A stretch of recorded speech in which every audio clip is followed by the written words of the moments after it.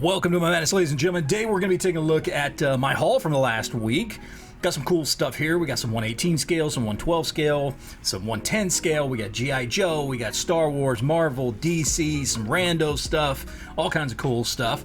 Just going to go through and show you what I picked up and where I got it, what I paid for it, all that good stuff. We'll start with this little dude right here. I don't remember what version of Roadblock this is. But is it from the Valor vs. Venom line? I don't even remember, but I paid $3 for him. Found somebody just getting rid of him $3 with free shipping on eBay, and he was complete. He's got tight joints, comes with his gun. Pretty cool, man, for $3. And definitely adds to my my G.I. Joe collection. We're just gonna throw him over here. I picked up these two dudes right here. So we've got Nemesis Enforcer, the original, was it 86 Nemesis Enforcer? He's not complete, but he's got his wings, and he's in good shape. I did replace the O-rings on both of these because they were a little bit loose. And then the, what is this called? The Palace Guard or whatever? I don't remember. They came in a 3-pack with Globulus. So I still got to get him. I don't have him yet. But I got these two, picked them up. They're both in really good shape. Like I said, he doesn't have all his accessories that clip onto his back, and he, like all of these guys, is missing the little piece that comes down on the side of his head. But picked them up on eBay. It was like $15 with free shipping for both of them. And they just needed their O-rings replaced, so I was pretty happy with that. Also, picked up Sergeant Savage. I loved the Sergeant Savage line from the 90s, from G.I. Joe. They were a little bit bigger. This is kind of where they started going with more of the 4-inch scale instead of the 3 3/4. But Sergeant Savage was just a cool character, because he was basically G.I. Joe Universe's Captain America. He was like a World War II soldier, and or was he World War II? I don't remember. He was a soldier from a past war that got frozen, and G.I. Joe woke him up in the 90s. And anyway, I picked this dude up for $8. Pretty cool, man. $8. And came with his actually came with 2 guns. One of his other guns I got with a with another character that was missing a gun. So we got the dude there. He looks pretty cool. I dig it. Like I said, I like these, and like I said, this is like where they started getting into more of the 4-inch scale, and so he stands up pretty good. Picked up this dude here. Been wanting to pick this guy up for so long. I got another video coming out on him. We've got the Marvel Universe or Marvel Infinite series, whatever it was called. 4-inch scale Death's Head, which just got really cheap lately. In case anybody's looking for him, he used to be ridiculously expensive because he was the only Death's Head figure that existed. But now that we've got the Marvel Legends Death's Head, the prices on this guy's dropped. I picked him up on eBay for $19.99 with free shipping, which is like a third of what he used to cost. He used to go for around $60. It was ridiculous. I think he might have been the most expensive, like 4-inch scale Marvel figure that existed, whether it was in that Marvel Universe line or whatever. I don't know for sure because I never really collect that line, but I know he was always really expensive. So picked him up. We've got Black Chrysanthemum. That's not his name, but that's what I call him. Got him at Ollie's for $10, $9.99. Add to my my TVC collection. Very cool figure. Really good figure, to be honest. As I was looking at him, I'm like, damn, this. I think he technically came out last year, but for a 118 scale figure, he's really, really good.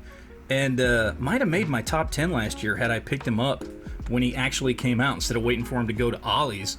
Got the Iron Grenadier Destro, my favorite version of Destro. Dude looks awesome. Wish that Classifieds would come out with this version of Destro. Although now that they're coming out with the Grenadiers, the Iron Grenadiers, hopefully they will come out with him. But I always loved the gold head look with the cape and the sword and everything. Really cool. I can't remember which version this is. Like version, I don't know, probably 6, 7, something like that for Destro. But picked him up. Picked up 3 of the JoyToys here. Got those on Amazon.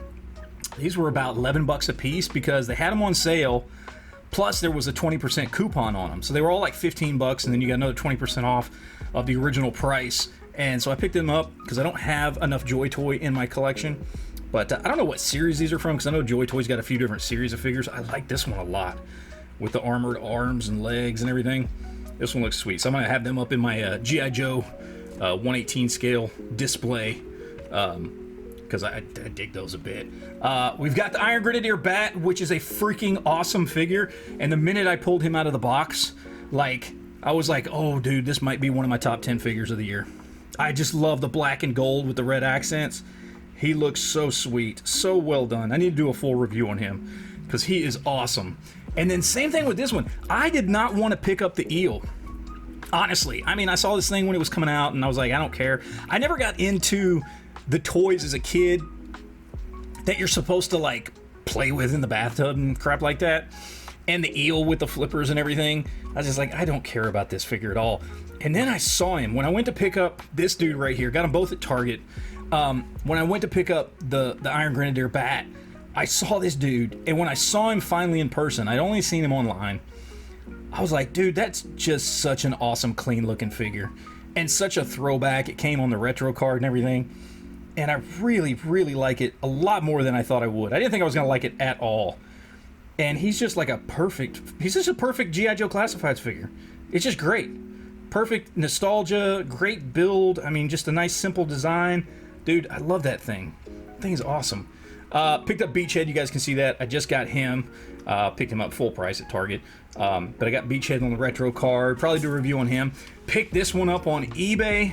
It was $20, free shipping for the Valor vs. Venom, Snake Eyes, and Storm Shadow. I don't have this version of Storm Shadow yet, which is why I got it. I didn't really so much care about Snake Eyes. I don't have this version, but I don't really collect Snake Eyes figures like I collect Storm Shadow figures. So he will be, I think, my 22nd 1/18 scale Storm Shadow. I think there's a total of like 48 different 1/18 scale Storm Shadow figures, and so I'm like almost halfway there. I'm trying to get all of them. And this was one because while he did come out in this line and he was very similar to this, it wasn't exactly the same.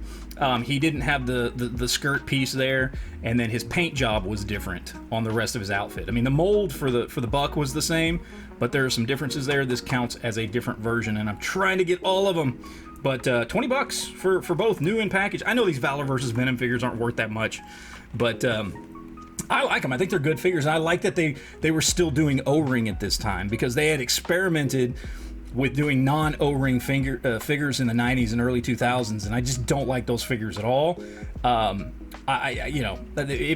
only ones I like that are not O-ring when it comes to G.I. Joe are like these, like the 25th anniversary, 30th anniversary, stuff like that, where they really up the game. And even though these aren't O-ring figures, they're really, really well done. In fact, the stuff they were doing here was like a precursor to the vintage collection stuff that Hasbro ended up doing. I mean, basically they took these figures and the articulation on these figures and incorporated it into the vintage collection series. So G.I. Joe was doing 1/18 scale, really well articulated stuff before Star Wars was. So I love those figures, but other than those, the newer ones, I like classic O-ring stuff. I don't like the T-hips and all that crap that G.I. Joe played around with in the 90s and early 2000s. Finally, I got this guy back here. I'm not going to pull him out. This is the Doomsday Superman 2-pack. And I will tell you right now, as you guys know, not a big fan of McFarlane, but I got this for $25. And this is a $69.99 2-pack. And the reason I got it for $25 was because somebody put the wrong price tag on the shelf for what they call McFarlane battle scenes on Target, and it was there at $34.99, and I already had a $10 off Target coupon for whatever I bought. So I had to talk to the manager, but they gave it to me at the $34.99 price minus my $10 discount. So I've got the Doomsday Superman 2-pack from Batman v Superman. I'll do a full review on that one. I hate that Doomsday, but I do like that Superman figure. But we'll see. I'll do a full video on that. But yeah, this is it, guys. Got some G.I. Joe, some Star Wars, got some little figures, got some big figures, got all kinds of cool stuff. That is my haul for this last week. Let me know in the comment section down below what you think. What do you like the best? Are you big on 1/18? Do you like 1/12? Do you like 1/10 scale? And then where do you fall on your favorite franchise? Do you like Marvel, DC, G.I. Joe, Star Wars? Out of the four of those, which is your favorite to collect? Let me know in the comment section down below. But that's going to be it, guys. I appreciate you watching. And always remember to enjoy your collection.